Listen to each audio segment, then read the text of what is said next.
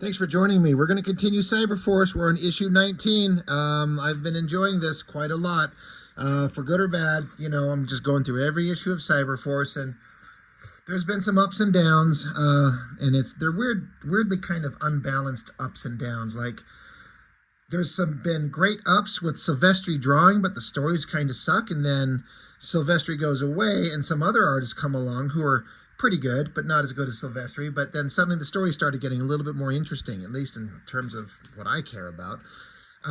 Last issue that we looked at, this one right here, it started out with a short story illustrated by Silvestri, where this guy, his name's Zadrock, this guy here, he's up in the Arctic years and years and years ago. You can tell by the old sailing ship, looking for something, and he goes exploring and basically finds this technology. He essentially, this is like the origin story of the villain who created Cyberdata, the evil villainous organization of the Cyberforce world. Some kind of, whether it's alien technology or whatever it is, he found it, it infected him and turned him into this higher being life form that's now like a golden guy with wires stuck in his head. He created Cyberdata, which led to all kinds of evil shit, up to and including the creation of the characters in Cyberforce itself, the comic, the heroes. So he's like the ultimate villain. He's the Doctor Doom or Magneto of Cyberforce, basically. While the team's just kind of hanging out and doing whatever the fuck they do, they've found that Cyberdata has been seemingly wiped out, and some of the major supervillains, including Killjoy here, have been, like, they were in some kind of battle that ripped them to shreds. They're defeated on the verge of death, but she's still alive, and they're trying to figure out what's going on, and Killjoy wakes up and she's just freaking out, and she's going nuts, and they're trying to track her down and see what the hell, I've gone over all of this, but she says here they released the Kraken, and they're like, well, what's that mean? And then the issue ended with this silhouette shape just in the hills just outside of the secret facade that is the upper level to the underground headquarters of Cyberforce. So something scary has wiped out the bad guys and taken out the powerful villainous characters, and presumably this is it, and it's on our way to our team of heroes. So that's a fair amount of interesting kind of buildup. So we're at issue 19. I don't love this cover. Like, it's kind of fine. It's kind of a classical design, heroes back to back taking on a array of villainous whatever, all these little design elements in the bad guy's armor here. This is all fine. I don't know, it just doesn't, like, it's fine, it's just not great. I think this other one, what we were just looking at, I feel like this is a better cover, but that's easier. It's just kind of a single figure versus a bunch of figures and a bunch of action. But anyway, so continuing the story from the previous issue, the characters are trying to find Killjoy, that evil, villainous girl with just a head and upper body and one arm. She's skittering around the Cyberforce headquarters, and so they got guns. They're trying to track her down. We don't know what's going on with her. We don't know what the situation is, but we can't just have her running around doing whatever. And then, boom, she just busts out of a, vent. She's freaking out. She's saying a bunch of nonsense. She slams on the ground, and she says, I've seen it, the Kraken. She mentioned earlier how they released the Kraken. Now she's like, I've seen it. I've seen it. And so Dr. Corbin, the scientist guy, he gets a needle and knocks her out. He actually says an interesting thing here.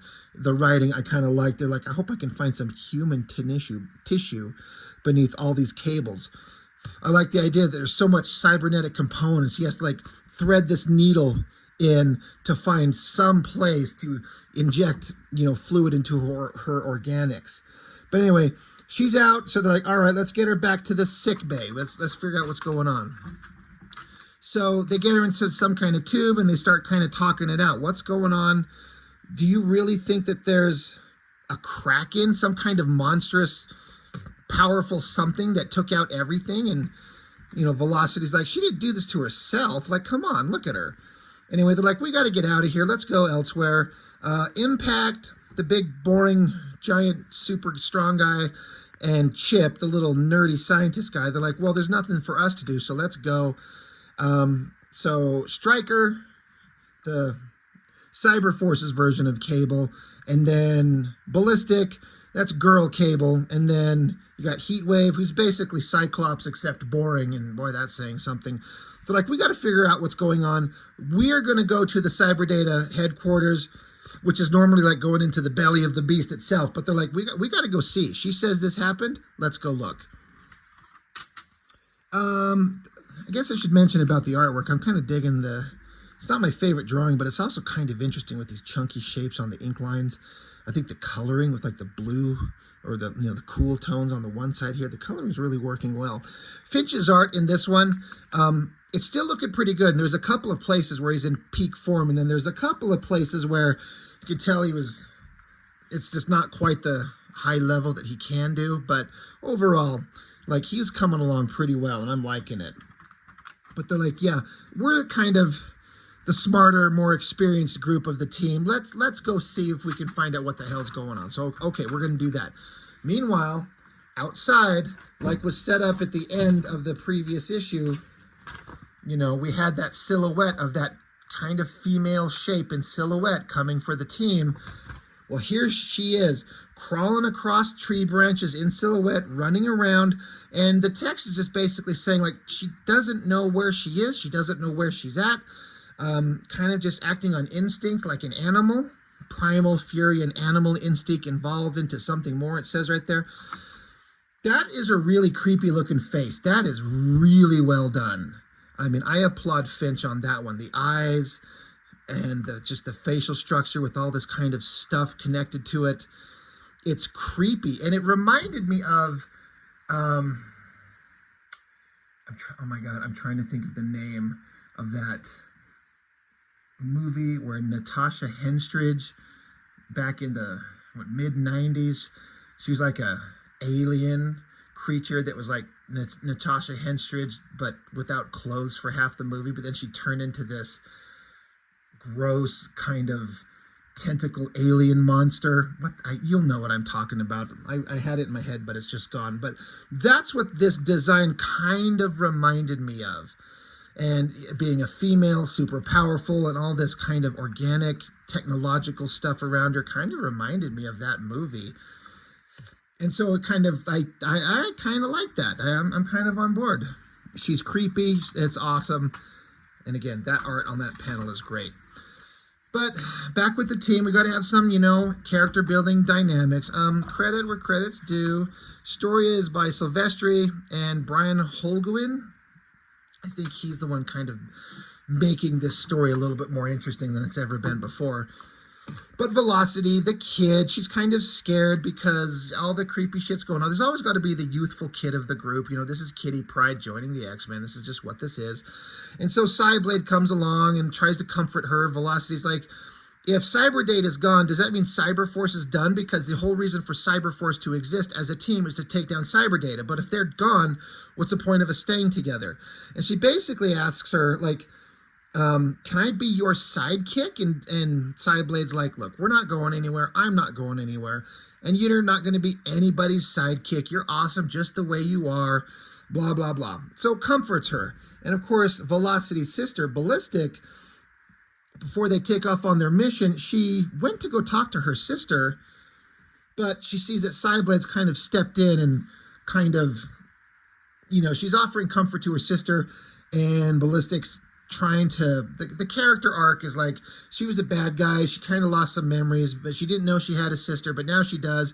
She's having a hard time connecting with her younger sister, and she's trying to make an effort, but someone else has already kind of stepped into that role, so she feels dejected and rejected and whatever, so she's gonna stomp off and like, well, it'll make her feel better if she can go fucking blow a hole in some monster's head. So they get up in the ship. There you got Stryker and Ballistic, and Stryker's like, why are you such a cranky bitch right now? Like, what's going on? He doesn't understand what just happened.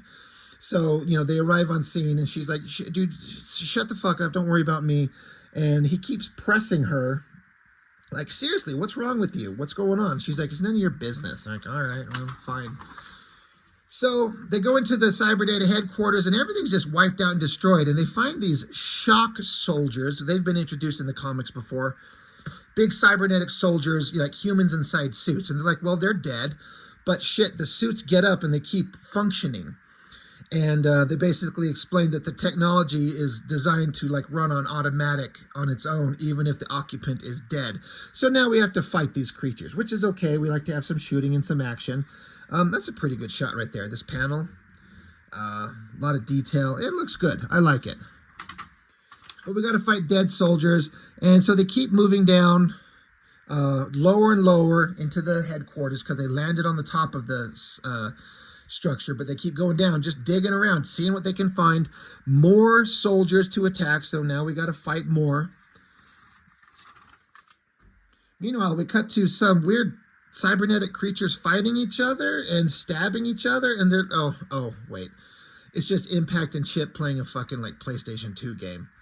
So okay, well, they're playing games to pass the time, and then more theoretical characterization where Chip, he is let's see, yeah, he's got kind of a crush on Velocity, but he doesn't know how to talk to her because he's just a nerd. And so Impact, this giant monstrous creature, for some reason thinks he's a ladies' man. So he gives her some advice, like just he says, just play it cool. In fact, pretend you don't even see her. Before you know it, she'll be throwing herself at you, guaranteed. So he's trying to give like dude bro advice on how to pick up ladies by acting in a way that you are not really. Meanwhile, back to kind of my favorite element of this, the slow kind of atmospheric buildup of this, the creature that they call the Kraken.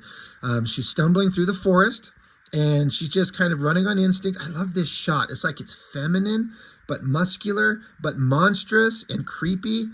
I really dig it. I like that shot. And so I guess Cyberforce, they don't have, well, they do. I was going to say, they don't have like a danger room holodeck like every other super team. They actually do. They've been in that before. But in addition to that, they have a bunch of like technological shit built into the forest on the above level, like the ground above, which is what this monster finds. She finds a control panel and just sinks her claws into it, connects with the computer and activates it. It says heavy combat training, level 30, battle sequence engaged. And so some like, I guess, robotic soldiers pop up to fight it. It's like a training program. And this Kraken monster just moves through them instantly. And, the text boxes say, yes, how strange she thinks. How amusing. So this was all to set up that you can send the hardest level of the training program after her, and she just swipes through it like it's nothing. Like, it's setting up how powerful she is. And again, I like how it's mostly in silhouette and kind of, you don't get to see a really clear shot. I like it. The buildup is working. Meanwhile, Chip instantly decides to test out his new ladies' man advice, but he's going to try it on Cyblade. So he's like flipping a coin through the air, and she's like, oh, hey, dude, how are you? And he's like, oh, babe, hey, babe, it's cool, I'm cool, you know how it is. And she's like, yeah, don't call women babes, it's disrespectful, you sound like a little fucking little bitch, and you're way too nice to act like that. Like, just be who you are, you little fucking little bitch. So anyway, she comes back in, and the characters are having more conversations with the scientist guy, Dr. Corbeau, his name is. It's like Cyberdata is a smoldering heap. What's going on? What's the Kraken? And so he explains it's some kind of doomsday contingency for Cyberdata, an alien creature, all powerful, all deadly, to be released in case of like worst case scenario. And the leader of the Zadrock, the Cyberdata leader that we were talking about earlier, he could control it, but basically he had it under control, and he could choose whether to release it or not. They're like, well, where did it come from? They're like, we don't know. It predates cyber data. Zadrock had it under, in some undersea holding facility. He says the details are sketchy, but it has something to do with Zadrock's expedition to Antarctica all those years ago, which is that beginning part of the story that Silvestri drew, which we saw, where he's there with a bunch of men he's hired to come with him on this expedition, and his wife is there. And she came along, but everyone on the boat decided to leave. She stayed behind to wait for Zadrock to come back. He got the technological shit stuck in him. He runs along back to the boat to find the boat gone. His wife stayed behind because she's a good woman and she stayed with him. She swore that she'd wait, but she dies on the ice. And that's kind of it. So he's like, I think it has something to do with that, but we don't know. There's alien technology. Something terrible happened, and blah, blah, blah. You can kind of start piecing it together. We also were kind of established that, cyber data, they've been told is gone. It's not. Just their kind of main city skyscraper building, but there's this big giant floating island, and some other guys, this dude here is trying to take over from the Zadrock guy. He wants to send some of his soldiers back to the skyscraper headquarters and validate that Zadrock is actually dead. Don't fail me. Okay.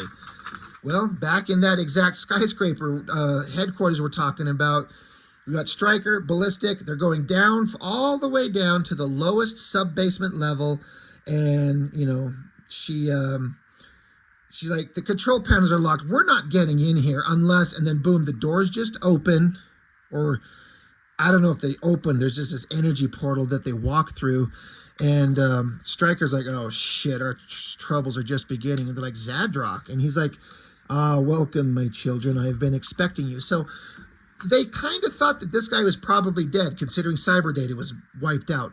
But no, he's not. He's buried down here at the very bottom because he's, of course, the big, strong, super powerful villain. He's still alive. Here he is. And he's like, I've been expecting you. And, of course, that's where the story ends. So, again, like I was saying in the previous issues, this is the storyline that I remember from Cyberforce. When I think of Cyberforce, when I think of art, it's the awesome shit that Silvestri did when it started. When I think of story, this storyline is the one that I remember. This is the one that stuck with me because there was actually build-up and payoff and kind of drama and stakes, and I was kind of enjoying it, and it's still true. And so now it's like, well, what's going on with the villain guy? What's going on? And, if you're paying attention, you can kind of start piecing it together. There is this artist, Frank Terran, pencils, inks, colors. There's a Ripclaw drawing, which is very different from anything you've seen the character done before. It's pretty cool. I dig that. I like all these, like, corpses and skulls and shit on the side. That's really fun. But anyway, yeah, Cyberforce, issue 18. Just a kind of quick run through. The story's building up. You can kind of see the tension that's building with that Kraken character, that female monster thing, and then it's all going to culminate in some kind of battle, and how's it going to go? Like I said, I was on board with it. So I guess that's all I've got for now. Again, not too much to it. It's pretty basic superhero action adventure 90s Image comic stuff, but for me it was standing out a little bit. So that's all I've got for now. Thank you for watching. I'll see you on the next one.